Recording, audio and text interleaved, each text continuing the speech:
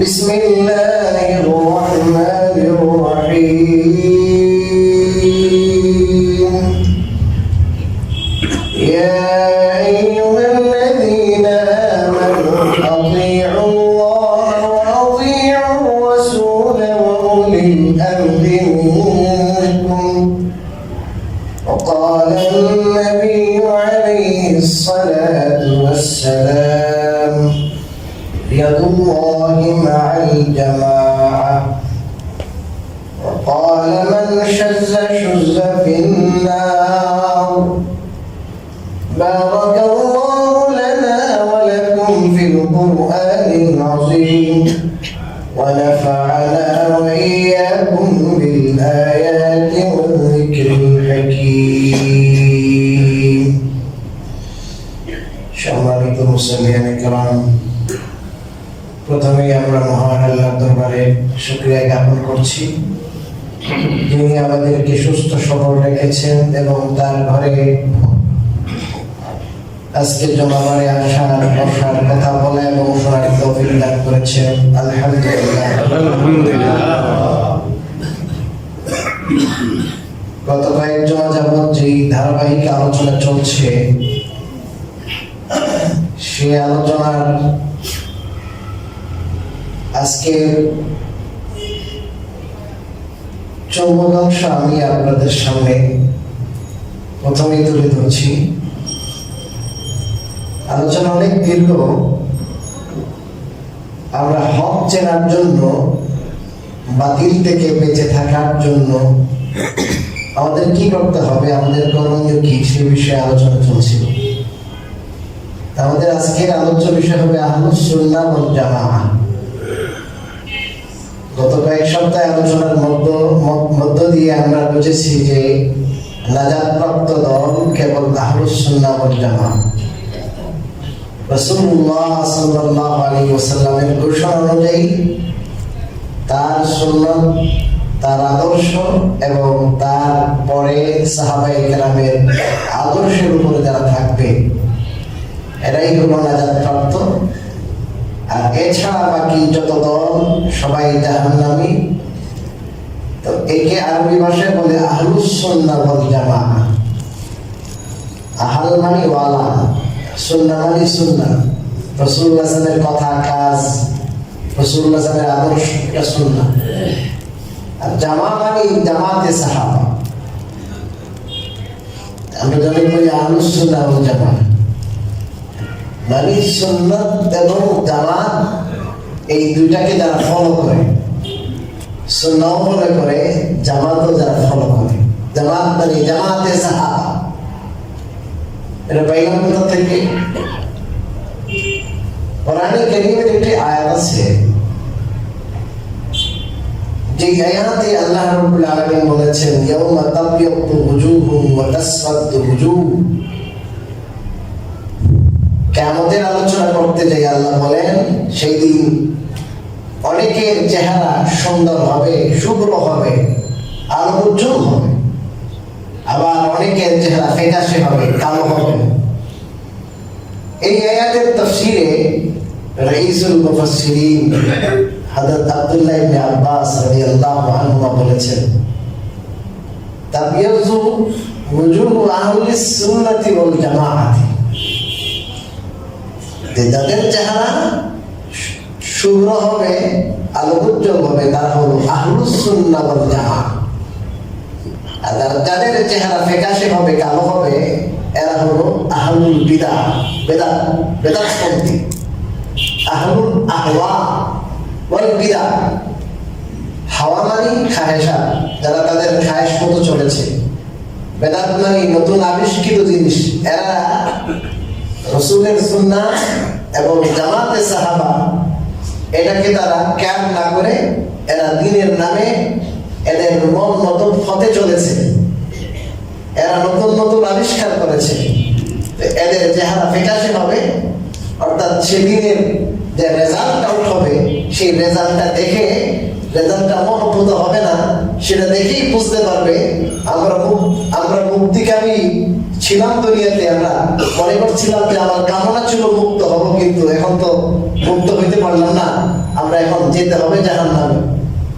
সেই জাহান্নামের বিভীষিকাময় অবস্থা তখন থেকেই তারা আজ করতে পারবে। তো আল্লাহ রাব্বুল আলামিন তাদেরকে ওই দিনই, কিয়ামতের দিনই জাহান্নামের ভূমিকা হিসাবে যে আযাব, সূর্যের তাপের আযাব, সেই আযাব দিবে। তো আল্লাহ রাব্বুল আলামিন তাদেরকে সেই আযাবে মুক্তনা করার কারণে তারা ওই দিন তাদের চেহারা ফিকাশে হয়ে যাবে, কালো হয়ে যাবে। যারা জান্নাতি, যারা মুক্ত হবে সেদিন, নাজাত পাবে, তারা সেদিন ডান হাতে আমলনামা পাইয়া তারা জান্নাতে যাবে এটা বুঝতে পেরে তাদের সামনে যে জান্নাতের রূপ, এটা ক্লিয়ার, তারা হিসাবে তারা পাস। এই জন্য তাদের চেহারা হবে আলোকোজ্জ্বল। তো ইবনে আব্বাস রাদিয়াল্লাহু আনহু বলেন, আলোকোজ্জ্বল হবে আহলুস সুন্নাহ ওয়াল জামাতের অনুসারীদের। তা আহলুস সুন্নাহ ওয়াল জামাত এটা পরবর্তী আবিষ্কার না, এটা সাহাবা যুগেও আহলুস সুন্নাহ ওয়াল জামাত শব্দটা ছিল। কিন্তু দুঃখজনক হলো সত্য, এখন প্রত্যেকেই যার যার জামাত, যার যার দল, ওটাকেই আহলুস সুন্নাহ ওয়াল জামাতের নাম দিয়ে দিচ্ছে। তো বেদাতি যারা নাম করা বেদাতি, এরাও বলে আহলুস সুন্নাহ ওয়াল জামাত, এরাও এদের নাম দেয় সুন্নি। আছে কেন? যারা বেদাত করে আমাদের দেশে, যারা বেদাতি বিভিন্ন লাইনের আকীদাগত বেদাতের যারা নিমজ্জিত আছে, এই ধরনের আকীদাগত বেদাত যারা করে, এরাও নিজেদের নাম দিয়েছে কি সুন্নি। এটা যেমন উদাহরণ কি বলবো, একটা ফলের নাম আছে আনারস, আছে না ভাই? আনারসের মধ্যে রস আছে না ভাই? আছে। আনারসের মধ্যে রস আছে, রসে ভরা, নাম কি? আরেকটা ফলের নাম ডালিম। ডালিমকে উর্দু ভাষায় আনার বলে। কি বলে? কোথাও বলে বেদানা, বেদানাও বলে। বেদানা মানে কি নাই? দানা নাই। দানায় ভরা, ওটার নাম কি? বেদানা। তো সুন্নত নাই, কি নাই বলেন? সুন্নত নাই। আনারস রসে রসে ভরা, নাম আনারস। কথা বুঝলেন? যারা কি আপনার সবসময় সুন্নতের অনুসরণ করে, এদেরকে এরা বলে ওয়াহাবি। কি বলে? ওয়াহাবি বলে। আর যাদের সুন্নতের লেশ মাত্র নাই, বেদাত করে, এরা নাম দিয়েছে সুন্নি। রাসূলকে আলেম গায়েব মনে করে, কিয়াম করে, বিভিন্ন ধরনের বেদাত, জারি গান, এটা ওইটা, বাজারে শিরক টিরিক যা আছে সবকিছু করে, নাম দিয়েছে সুন্নি। চটকদার নামে আমরা অনেক সময় বিভ্রান্ত হয়ে যাই। বেটা আপনার দুধের মধ্যে পানি মিক্স করে কি কি গুঁড়া গুঁড়া পাউডার টাউডার দিয়া লেখছে 1 নম্বর দেশি গাভীর খাঁটি দুধ। 1 নম্বর লেখছে, 1 নম্বর, 2 নম্বর ভেজাল করছে, ভেজাল করে 1 নম্বর, আবার লেগেছে দেশি, আবার লেগেছে খাঁটি। অনেক যে সরিষার তৈলে ভেজাল থাকে, 1 নম্বর খাঁটি সরিষার তৈল, দেশি বীজের। তো এই ছোটটার এই সমস্ত বিজ্ঞাপন দেখা, আর বাইরের যে আপনার সুন্দর গ্রাফিক্স ডিজাইন করে সুন্দর প্যাকেটিং দেখে যদি আপনার ধুলিয়া পড়ে যান, তাহলে তো হবে না। বুঝতে হবে ভিতরে কি আছে, এটার হাকিকত কি। সুন্দর সুন্দর চটকদার চমৎকার বিজ্ঞাপন দেখা, নাম দেখেই এদের ফলোয়ার হওয়া যাবে না। রাসূলুল্লাহ যে মেয়ার, যে আদর্শ দিয়েছেন, বাপকাঠি দিয়েছেন, সেই বাপকাঠিতে উত্তীর্ণ হয় কিনা ওটা দেখতে হবে। আহলুস সুন্নাহ ওয়াল জামাত কাকে বলে? যারা সুন্নতের অনুসরণ করে, রাসূলুল্লাহ সাল্লাল্লাহু আলাইহি ওয়াসাল্লামের রেখে যাওয়া আদর্শ, এটা থেকে তারা বিচ্যুত হয় না। আর জামাতে সাহাবা, জামাতে সাহাবা, এটা বুঝতে হবে। জামাতে সাহাবাকে যারা আদর্শ হয়, এবং ওই জামাতে সাহাবার পর থেকে সাহাবা, এদের একটা জামাত আছে তাবেঈন, এনারা তাবেঈনের একটা জামাত, তবে তাবেঈন মানে প্রত্যেকেই তারা পরবর্তী প্রজন্মের কাছে যে কোরআন ও সুন্নাহর সহিহ যে রুটটা, ওই রুটটা তারা হাতে কলমে শিক্ষা দিয়ে গেছে। এই কোরআন হাদিসের শিক্ষা, এটা বর্তমানে এমন একটা হয়ে গেছে, অনেকে কিন্তু ওয়াজ, নসিহত, তাফসীর শুনতে যায়, মোবাইলে সহজ, এরকম একটা ধারণা মানুষের। আসলে কোরআন ও সুন্নাহর শিক্ষা আল্লাহ রাব্বুল আলামিন ওরকম নাযিল করেন নাই। আল্লাহ আরবি ভাষায় পড়ার খুব গুরুত্বপূর্ণ, ভেরি ইম্পর্টেন্ট কথাটা খেয়াল করেন। সাহাবায়ে কেরাম যারা ছিলেন মক্কাতে মদিনাতে তারা আরবি ভাষী ছিলেন, তো তাদের কাছে আরবি ভাষায় কোরআন নাযিল হয়েছে। তো আল্লাহ রাব্বুল আলামিন এতেই ক্ষান্ত হন নাই, বরং রাসূলুল্লাহ সাল্লাল্লাহু আলাইহি ওয়াসাল্লামকে এই কোরআনের তাবয়ীন আর তাশরীহ, অর্থাৎ সেটা বাস্তব যেটা প্র্যাকটিক্যাল যে এটা শিক্ষা, যেটা হাতে কলমে শিক্ষা দেওয়ার জন্য রাসূলুল্লাহ সাল্লাল্লাহু আলাইহি ওয়াসাল্লামকে পাঠিয়েছেন। প্রত্যেক কিতাব পাঠিয়েছেন, কিতাবের সাথে সাথে রাসূল পাঠিয়েছেন। মানে ওই রাসূল এই কিতাবের বিস্তারিত বিবরণ দিবেন, কথাও দিবেন, কাজেও দিবেন। কাজের মাধ্যমে, কথার মাধ্যমে এই কিতাব আসমানি কিতাবের বিবরণ আসবে। কথার মাধ্যমে, কাজের মাধ্যমে বিবরণ যদি না আসে, তাহলে সেটাতে বিভ্রান্তির বহু ধরনের কি থাকে, সম্ভাবনা থাকে। একটা কথা বলেছেন, কথা ভিন্ন ভিন্ন কি অর্থ হতে পারে। আপনি মনে করেন চশমা লাগাইছেন, এই চশমা দিয়া আপনি লাল দেখতে পারেন, কালো দেখতে পারেন, সাদাও দেখতে পারেন। যেই কালারের চশমা ওই কালার দেখবেন আপনি। দেখেন চশমা চেঞ্জ করেন, চশমার বিভিন্ন কালার আছে। ঠিক তদ্রুপভাবে কোরআনকে যদি আপনি ব্যাপকভাবে আপনি চিন্তা করেন, কোরআনের কোন তাফসীর আপনি মানেন না, সাহাবায়ে কেরাম মানেন না, সাহাবায়ে কেরামের পরবর্তী প্রজন্মের পর প্রজন্ম এই যে আপনার ধারাবাহিকভাবে যে তাফসীর আসছে, সেই তাফসীরকে যদি আপনি গুরুত্ব না দিয়ে আপনি আরবি ভাষার জ্ঞান 40 বছর ডক্টরেট করে আসলেন জামিয়া আজহার থেকে, মদিনা ভার্সিটি থেকে, এখন যদি আপনি বলেন আমি আরবি ভাষার সর্বোচ্চ আপনার ডিগ্রি অর্জন করেছি, আমি নিজেই আমার ব্রেইন দিয়ে আমি বুঝবো কোরআন, তাহলে আপনি ভুল করবেন। এরকম কোরআন কারীমের মুফাসসির নিকট অতীতে গিয়েছেন এবং আমাদের সমাজে এই ধরনের মুফাসসিরের বহু ফলোয়ার আছে। এই কিতাবে এই তাফসীরের আপনার সাধারণ ব্যাপক পাঠক আছেন, ওই তাফসীরের ভূমিকার মধ্যে ওই মুফাসসির, ওই বড় মাথাওয়ালা উনি বলেছেন, আমি পুরাতন জহিরা, পুরাতন ভান্ডার দিয়ে আমি তাফসীর করি নাই। কোরআনের আয়াত পড়ার পরে আমার অন্তরে কোরআনের যে ব্যাখ্যা এসেছে, আমি ওইটাই উর্দু ভাষায় কি করছি, লিখেছি। এটা অনেক বড় ভুল। সাহাবায়ে কেরাম আরবি ভাষী ছিলেন, মহাপণ্ডিত ছিলেন, তারপরে অনেক সময় কোরআনের আয়াতের যথাযথ ব্যাখ্যা তারা বুঝেন নাই, যতক্ষণ রাসূলুল্লাহ সাল্লাল্লাহু আলাইহি ওয়াসাল্লাম এটা বুঝাইয়া দেন না। রাসূল সাল্লাল্লাহু তাবয়ীন আর তাশরীহ, অর্থাৎ তার ব্যাখ্যা, তার বিশ্লেষণ, ওটা সাহাবায়ে কেরাম নিয়েছেন, ওই দীক্ষা গ্রহণ করেছেন তারা, ওটা তারা হাতে কলমে রাসূল থেকে শিখেছেন। এবং রাসূলুল্লাহ সাল্লাল্লাহু আলাইহি ওয়াসাল্লাম সাহাবায়ে কেরাম তাদের সাহাবাদেরকে, শিষ্যদেরকে, তারা তাদের শিষ্যদেরকে এই পর্যন্ত আমরা এইভাবেই দিন শিখে আসছি। অনলাইনে দিন শিখলে এটা এনাফ না। আপনি অনলাইনে সব আমার কাছে অনেকে পাঠায়, এটা দেখেন, ওটা দেখেন, আপনি আমাকে এগুলো ধরিয়ে দেন, কিছু জ্ঞান থাকার তো দরকার। কে কি বলেছে এগুলো আমাকে কোনোদিন দিবেন না। আপনি আসেন, বসেন, কথা বলুন।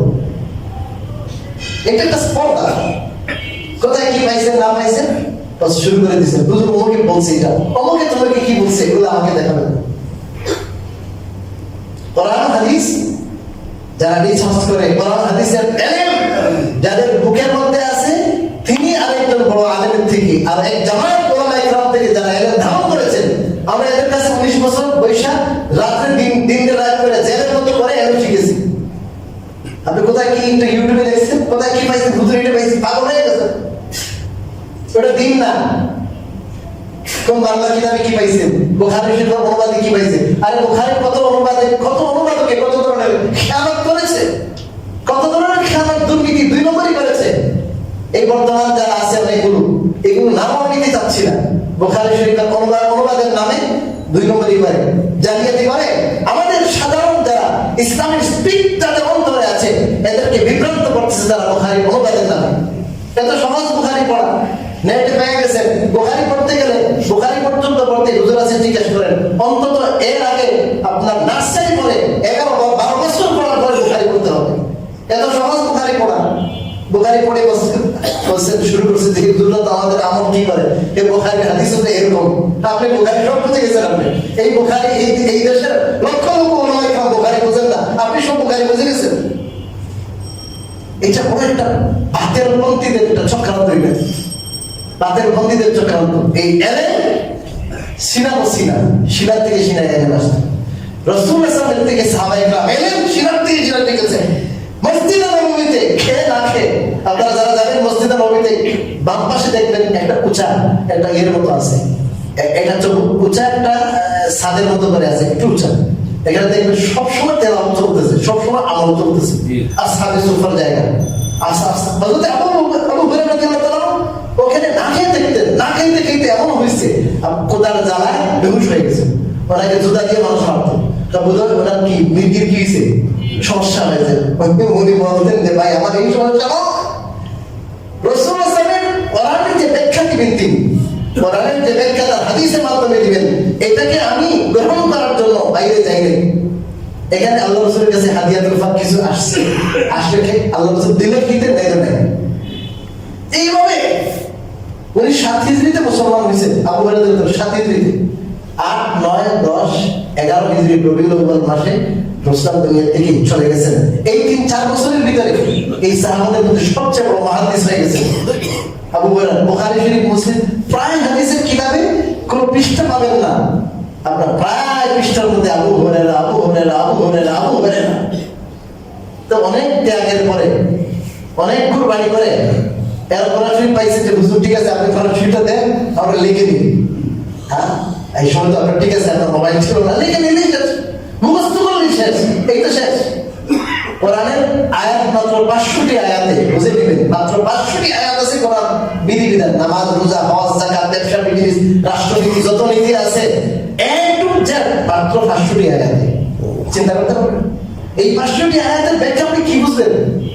আর এই 500টি আয়াতের যে ব্যাখ্যা, কোরআনে কারীমের আহকাম, বিধিবিধান সংক্রান্ত 500টি আয়াতের ব্যাখ্যা রাসূলুল্লাহ সাল্লাল্লাহু আলাইহি ওয়াসাল্লাম 4 থেকে 4.5 হাজার হাদিসের মধ্যে। রাসূলের হাদিস তো অনেক, ওখানে আখিরাতের প্রতি মানুষের কোনো বিশ্বাস আসে, ওয়াজ নসিহত কোনো অনেক কথা আছে, কিন্তু আহকাম এবং বিধিবিধান সংক্রান্ত যে 500টি আয়াত আছে, এই 500টি আয়াতের ব্যাখ্যা হলো 4 থেকে 4.5 হাজার হাদিস। কথা বুঝে গেল? সব হাদিস নয়, ব্যাখ্যা আপনার আহকাম, বিধিবিধান, নামাজ, রোজা, হজ, যাকাত ইত্যাদি ইত্যাদি। এই 4.5 হাদিস আর 500টি আয়াত। আর মাসলা হলো কি? লক্ষ লক্ষ মাসলা হলো কত? লক্ষ লক্ষ। আপনি রাষ্ট্রবিজ্ঞান দেখেন, একটা রাষ্ট্র চালাইতে আপনার কত হাজার হাজার মাসলা কিভাবে দরকার হবে। একটা ব্যবসা বিজনেসের পড়া, আমরা একটা যে পাঠটা পড়াই কিতাবের বইতে, আপনার এই যে এর আগের ক্লাসে, ওইটা আপনার 2 জন উস্তাদে 1 বছর পড়াই কি করতে পারে না, শেষ করতে পারে না। 2 জন উস্তাদ 1 বছর পড়ায়া শুধু ব্যবসাতে পাঠ, ইসলামী কথায় ব্যবসা কত প্রকার হতে পারে, ব্যবসার মধ্যে নাজায়েজ কোনটা, জায়েজ কোনটা, হালাল কোনটা, মাকরুহ কোনটা, সুদ কোনটা, সুদ থেকে মুক্তির উপায় কোনটা, মুজারাবা কোনটা, মুশারাকা কোনটা, আপনার ইস্তেসনা কোনটা, অর্ডারে বিক্রি, অগ্রিম অর্ডারে বিক্রি কোনটা, কোন সুরত জায়েজ হবে, কোন সুরত না জায়েজ হবে, মাথা খারাপ হয়ে যাবে। 1 বছর আমরা পড়াই, 2 জন উস্তাদে শেষ হয় না, শুধু ব্যবসার পাঠ। এখানে হাদিস কয়টা পাইবেন আপনি? কোরআনের আয়াত কয়টা পাইবেন? কয়েকটা হাদিস আর কয়েকটা আয়াত। এই কয়েকটা হাদিস এবং আয়াতকে রেখে আল্লাহ তাআলা ফুকাহায়ে কেরামকে এত মেধা এবং যোগ্যতা দিয়েছেন, এরা এখান থেকে রিসার্চ করে কি করে বের করে, বের করে। আপনি এসে বলছেন আমি বুখারী ফিটার পাইছি, ওকে এটা পাইছি, শেষ হয়ে গেল, শেষ। আপনার এখানে এই জন্য ভাই উলামায়ে কেরামের সুহবত প্রজন্মের পর প্রজন্ম কোরআনের যে ইলমটা রাসূল সাহেব শিরায় লাগিয়েছেন, ওখানে জিবরিল আসছেন। আর রাসূলুল্লাহ সাল্লাল্লাহু থেকে সাহাবায়ে কেরাম শিখেছেন, মজলিসে বসে শিখেছেন, সাহাবায়ে কেরামের মজলিসে বসে তাবিঈন শিখেছেন, তাবিঈনের মজলিসে বসে তাবিঈন শিখেছেন। এরকম সিরিয়াল বাই লাগাতার ধারাবাহিক এইভাবে ইলম শিখতে হবে। এভাবে ইলম হলে বিভ্রান্তি হয় না। আমাদের সনদ আছে রাসূলুল্লাহ সাল্লাল্লাহু পর্যন্ত, আমরা যে ইলম যেটা বলছি আমরা, ওটার সনদ আছে। তাহলে 2 নম্বরে আসলে বিভ্রান্তি আসবে না। আজকে অনেকে ভাই আমাদের সাথেও আলেম আছে না, কি বলে আমাদের সাথেও আলেম আছে। এই ধরনের বিভ্রান্তি যারা ছড়ান, তাদের যদি একটু জ্ঞান থাকতো, এই সরাসরি উদ্ধারের এত বড় সমাবেশের কি হতো না, প্রয়োজন হতো না।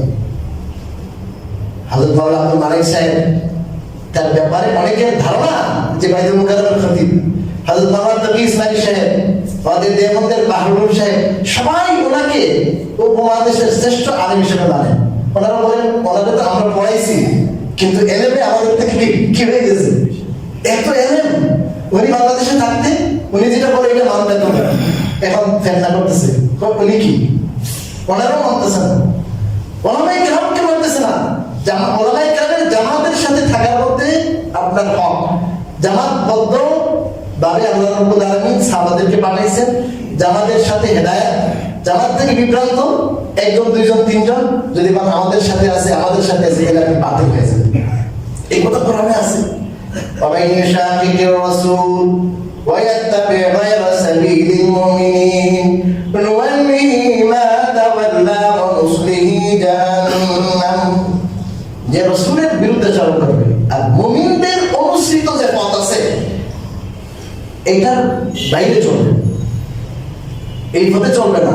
এই আয়াতের তাফসীরে বলেছেন মুমিন দ্বারা এখানে উলামায়ে কেরামের বড় জামাত, হক্কানি উলামায়ে কেরামের বড় জামাত যেদিকে থাকবে ওইটাই হলো হেদায়েত, ওইটাই হলো রহমতের পথ, ওইটাই হলো মুক্তির পথ, ওইটাই হলো নাজাতের পথ। আর এর থেকে বিচ্যুত যদি হন, কে কি বলবো, একজন দুইজন তিনজন সাজ বলে আলোকিত, সাজ মানে একবারে আপনার একজন দুইজন ছিটা ফুটা যদি এদের একটা বা অনুসরণ করে তাহলে বিভ্রান্ত গোমরাহ হবে। কি হবে? গোমরাহ হবে। এই জন্য সবসময় হক্কানি উলামায়ে কেরামের বড় জামাত, হাদিসে আছে ইত্তাবিউ আস-সাওয়াদ আল-আযম, মনে রাখবেন আল্লাহ রাসূল বলেন যে উলামায়ে কেরামের সব যুগে হক্কানি উলামায়ে কেরামের বড় জামাত, এটাকে তোমরা ফলো করো।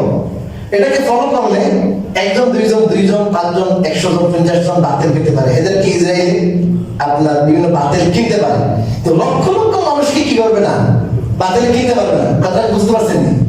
লক্ষ লক্ষ উলামায়ে কেরাম যদি থাকেন, হাজার হাজার উলামায়ে কেরাম থাকেন, ওনারা সবাই একসাথে কি হয়ে গেছেন, গুমরাহ হয়ে গেছেন। এটা ভুল। এজন্য রাসূলুল্লাহ বলেছেন সাওয়াদে আযম উলামায়ে হক, এদের বড় জামাত যেদিকে আছে। আমাদেরকে আপনারা অনেক সময় বলেন আপনারা কোন দিকে যান, আপনাদেরকে বলছেন যে আপনারা ওই বড় জামাত কি করবেন, যাদের কাছে কোরআন ও সুন্নাহর ইলম আমি যেভাবে বলছি ওইভাবে সিনাত থেকে শোনা, যাদের কাছে আছে সুন্নাহর অনুসরণ যারা করেন বড় জামাত, ওই বড় জামাতের কি করবেন, ফলো করবেন, অনুসরণ করবেন, চোখ বন্ধ করে আপনি ইনশাআল্লাহ কি জান্নাতে যেতে পারবেন। আর যদি মনে করেন যে এদিকে আছেন একজন, ওদিকে একজন, ওদিকে আপনার জামাত থেকে যারা কি হয়ে গেছে, ছুটে গেছে, এদের যদি আপনি ফলো করেন, অনুসরণ করেন, তাহলে গোমরাহ হয়ে যাবে, গোমরাহ হওয়ার সম্ভাবনা আছে।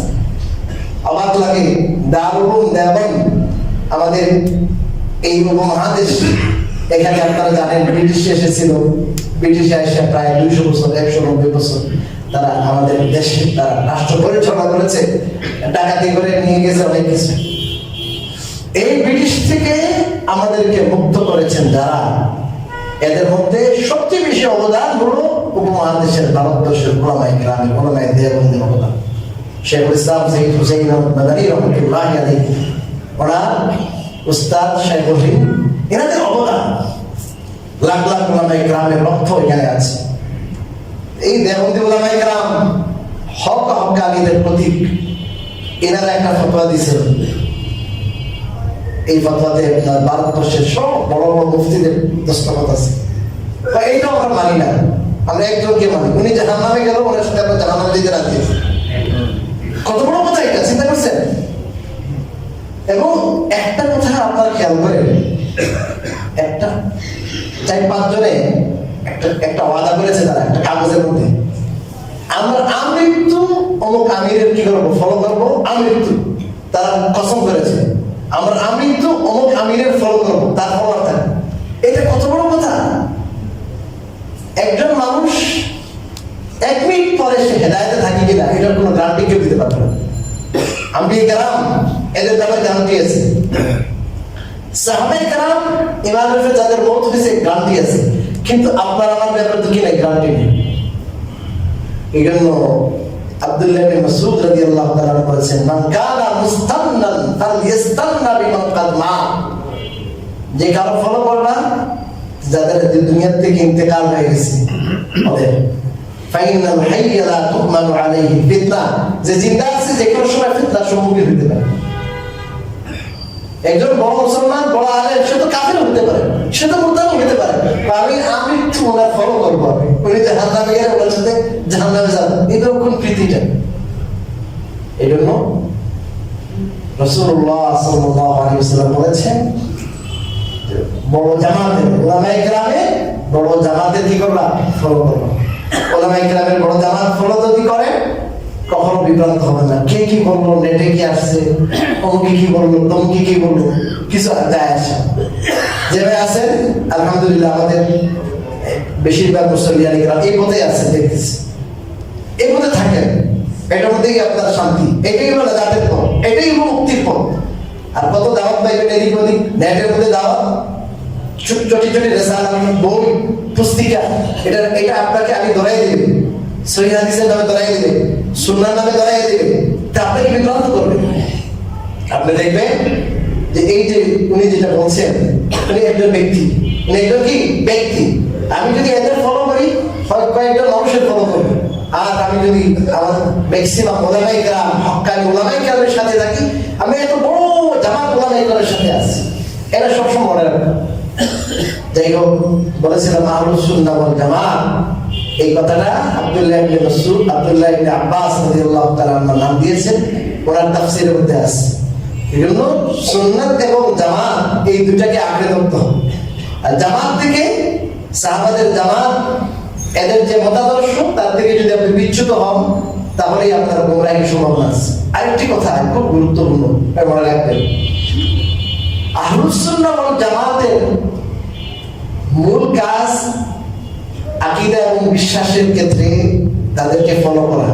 তবে আকীদা বিশ্বাস ছাড়াও যত ধরনের আমল আছে, আখলাক আছে, মুআমালা আছে, মুআশারা আছে, সব লাইনে তাদেরকে ফলো করতে হবে।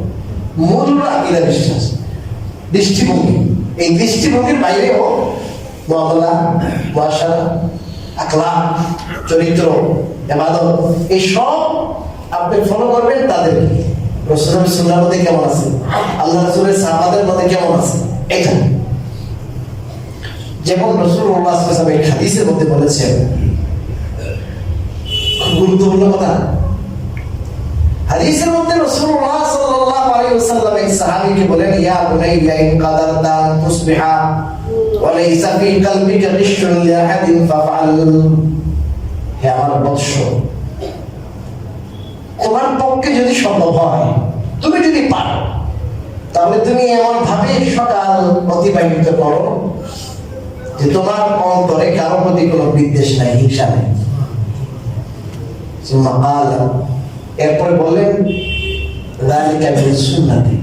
এটা আমার সুন্নাত। এটা কিন্তু আকীদার কথা বলেন নাই, আকীদার কথা বলছে এটা, এটা একটা চরিত্রের কথা বলছে। এটা একটা চরিত্র, মহান চরিত্র, যে কারো ব্যাপারে কোনো ক্ষোভ, কোনো হিংসা কি নাই, অন্তরে নাই। এটাকে রাসূল বলছে এটা আমার কি সুন্নাত। ওয়ামান আহাব্বা সুন্নতি ওয়ামান আহইয়া সুন্নতি ফাকাদ আহাব্বানি ওয়ামান আহাব্বানি কানা মাই ফিল জান্নাহ। আমার সুন্নতকে কেউ জিন্দা করলে, আমার সুন্নতকে কেউ মহব্বত করলে, সে যেন আমি নবীজিকে মহব্বত করবে। আর আমি নবীজিকে যে মহব্বত করবে, সে আমার সাথে কোথায় যাবে? জান্নাতে। এই জিনিসটা দেখে কত বড় কথা বলেছেন। এমন ভাবে সকাল অতিবাহিত করবো যে আমার অন্তরে কারোর প্রতি কোনো ক্ষোভ নাই, কোনো বিদ্বেষ নাই, কোনো হিংসা নাই। এটা হয় দুনিয়াতে চলার পথে কত মানুষের সাথে কত তিক্ততা, কত মানুষের থেকে কত নোংরা, খুব খারাপ আচরণ আমরা পাই। এগুলো কিন্তু মনের মধ্যে কি থাকে? গেঁথে থাকে। এটা মনের থেকে কি হয় না, সহজে দূর হয় না। এটা যখন জেগে রাখবেন আপনি, এই ক্ষোভটা জেগে জেগে অনেক বড় হয়। একসময় ক্ষোভের বিস্ফোরণ ঘটে। ক্ষোভের বিস্ফোরণ ঘটলে রক্তপাত হয়। ক্ষোভের বিস্ফোরণ ঘটলে কিলাকিলি ঘুষাঘুষি হয়। ক্ষোভের বিস্ফোরণ ঘটলে হামলা হয়, হয় না? একটা ক্ষোভের বিস্ফোরণ ঘটে একটা এলাকা আপনার রক্তাক্ত হয়ে যেতে পারে। এই যে এই গ্রুপ আর ওই গ্রুপ, এই গোষ্ঠী ওই গোষ্ঠী, একটা ক্ষোভের কি, একটা ক্ষোভের কারণ। একটা ক্ষোভকে জেগে রাখছেন, এটা সমাজের মধ্যে অশৃঙ্খলা, সমাজের মধ্যে বিশৃঙ্খলার সৃষ্টি করবে। আর আপনি যদি মাফ করে দেন, মনের মধ্যে কিছু না রাখেন, সমাজের মধ্যে প্রীতি, মহব্বত আর ভালোবাসার সৃষ্টি হবে। ঠিক কিনা বলেন? আপনি যদি সবসময় খুব করে যদি কি রাখেন, স্টোর করে রাখেন শুধু, তাহলে একটা, দুইটা, তিনটা, পাঁচটা ডেলি আপনার 2-4-5টা একত্র হবে। এভাবে আপনার এক মাসে এতগুলো ক্ষোভ কিভাবে আপনার জন্মাবে? এই ক্ষোভের ছাপে আপনার ব্রেন নষ্ট হয়ে যাবে। আর যে মানুষ কি করতে পারে, তার মহৎ দিল, বড় দিল, কলকাতা বড়, সে বলে আরে তো মানুষের পেয়েছে তাকে মাফ করে দিই, আল্লাহর জন্য কি করে দিই, আমি তো আল্লাহর সাথে অনেক বেয়াদবি করি, আল্লাহর সাথে অনেক আমার খারাপ আচরণ হয়ে যায়, আল্লাহর অনেক নির্দেশনা আমি মানতে পারি না, তো এই লোক আমার সাথে অসাধারণ আচরণ করেছে, আমি আল্লাহর থেকে মাফি পাওয়ার আশায় যান আমি বেটারে কি দিলাম, মাফ করে দিলাম, ঠিক না? তো এই মাফ করে দিলে আপনার স্টোরে কি নাই, আপনার এগুলো কিছু জমা নাই, খুব জমা নাই, শুধু জমা আছে ক্ষমা আর ক্ষমা। কি জমা আছে? ক্ষমা জমা আছে, খুব জমা নাই। তাই আপনি সাইকোলজিক্যাল ভাবে আপনি ভালো থাকবেন, এটা কিন্তু একটা সাইকোলজিক্যাল জ্ঞান। তো মানসিক ভাবে যেই মানুষের মধ্যে মাফ করার কি আছে, মাফ করার মাত্রা আছে, অভ্যাস আছে, এই মানুষ মানসিক ভাবে ভালো থাকে, বুঝছেন দাদা, ফ্রেশ থাকে, তার মন মেজাজ ফ্রেশ থাকে। আর এই যে মানুষের মধ্যে কি নেই, মাফ করার মাত্রা নাই, এই জায়গায় যখন ঘুমাইতে যাবে কে কি বলেছে, সালারে কি খাবার দরকার আছে, আমি দেখতেছি বউয়ের সাথে আলোচনা করছে, বউয়ের প্রায় তেলে বিভিন্ন জমে উঠছে, এর একটু ঠান্ডা করার দরকার, এ তোমার এমন বড় কথা করলাম, তোমার কি টাকা পয়সা নাইনি, তোমার কি জনগোষ্ঠী নাই, আরে ফোন দাও, অমুক ভাইয়ের ফোন দাও, অমুক ভাইয়ের ফোন দাও, অমুকের ফোন দাও, অমুক নেতার ফোন দাও। এবার 12টা 1টা বাজে দিতেছে, ক্ষোভের প্রশমন হয় না, আরো কি হয়, আরো জ্বলে, আরো জ্বলে, আরো জ্বলে। এবং এরকম 5টা 7টা 10টা যখন স্টোর হবে, জমা হবে, এবং এই লোকের জীবনে তার কোনো কাজ করার সময় আছে না। যেই মানুষের মতো এই কানে আসছে, ওই কানে বাইর করে দিচ্ছে, খালাস এবারে যাওয়ার পরে ডাক্তারকে 1 মিনিটে মাথা লাগাইছে আর বউ দিতেছে, ঠিকই না বলেন? রসুল যেটা বলেছেন, আখিরাতের লাইনে তো ভালোই, দুনিয়ার লাইনে ভালো কিনা বলেন? মাফ করাতে কি দুনিয়ার লাইনে ভালো না খারাপ? ভালো। এবং আরেকটা জিনিস দেখেন, আপনি যদি মাফ করে দেন, তাহলে এই বেড়া এখন তো আপনাকে রাগ করে একটা কথা বলেছে, ঠিক আছে, আপনার সাথে 2 নম্বরের আচরণ করেছে, কালকে আর না হয় পরশুদিন আর না হয় 1 বছর পর হলো বেরোবে, আমি তো মানুষ, আমি তো মানুষের কাজ করে নাই, এই লোককে যদি এরকম কথা বলার বড় বেড়া কিছু কয় নাই, আমার যদি কইতো তার কি হতো? মহৎ মানুষ, এ মনে মনে আপনাকে না বললেও আপনার মহৎটাকে স্বীকার করবে, আর এক সময় আপনার পায়ে ধরবে যে ভাই আমার দিকে একটু ভুল হয়ে গেছে, বেয়াদব হয়ে গেছে, সে আপনার সেরা দুশ্মন থেকে সেরা দুষ্ট হয়ে যাবে। এটা আল্লাহ কোরআনে বলেছেন, ইদফা বিল্লাতী আহসান ফাইদাল্লাযী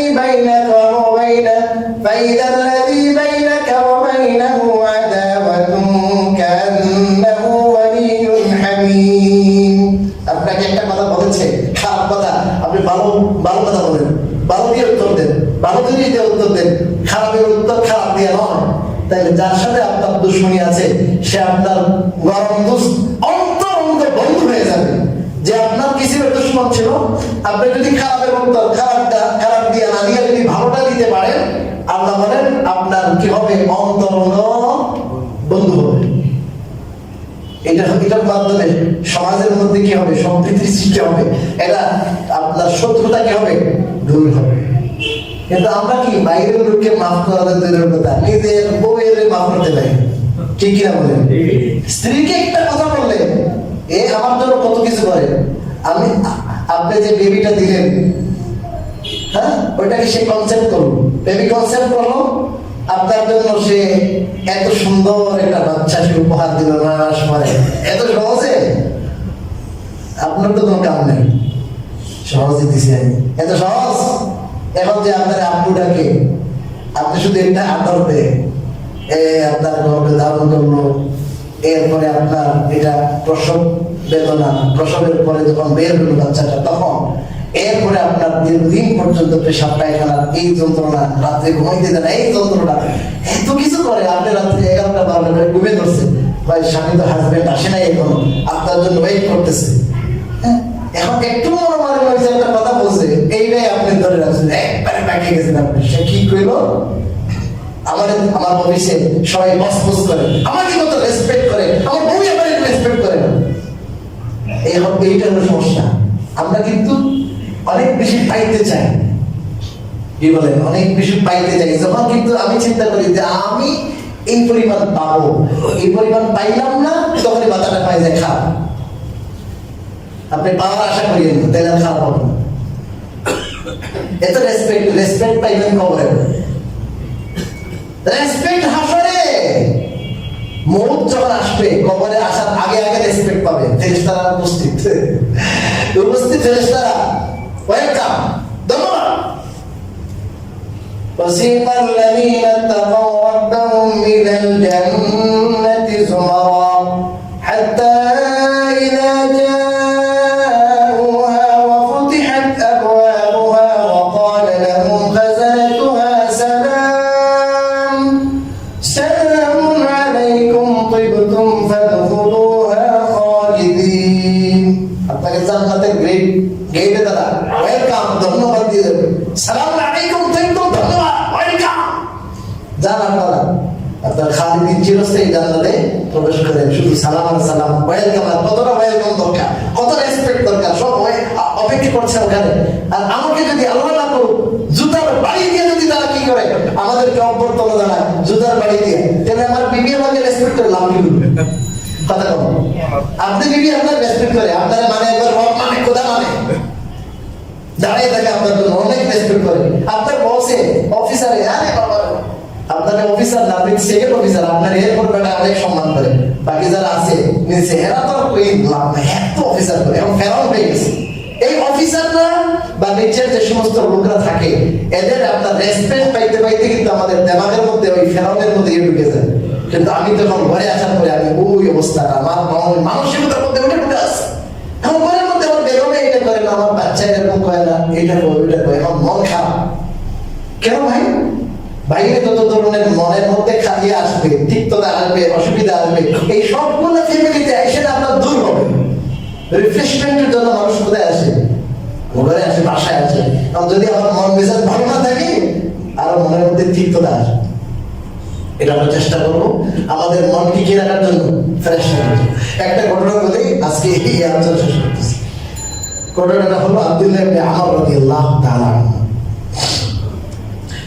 রাসূলুল্লাহ সাল্লাল্লাহু আলাইহি ওয়াসাল্লাম মসজিদে উনি আসছেন, ওযু করে আসছেন, বাসার থেকে নামাজ পড়বেন। রাসূলুল্লাহ সাল্লাল্লাহু সাহাবাদের বুঝাই, তোমরা যদি কেউ জান্নাতি দেখতে চাও এই লোকটা দেখো। কথা হচ্ছে আব্দুল্লাহ ইবনে আমর রাদিয়াল্লাহু তাআলা বলতেন হ্যাপি সিরিজে যাইতে হবে ওই সাহাবী।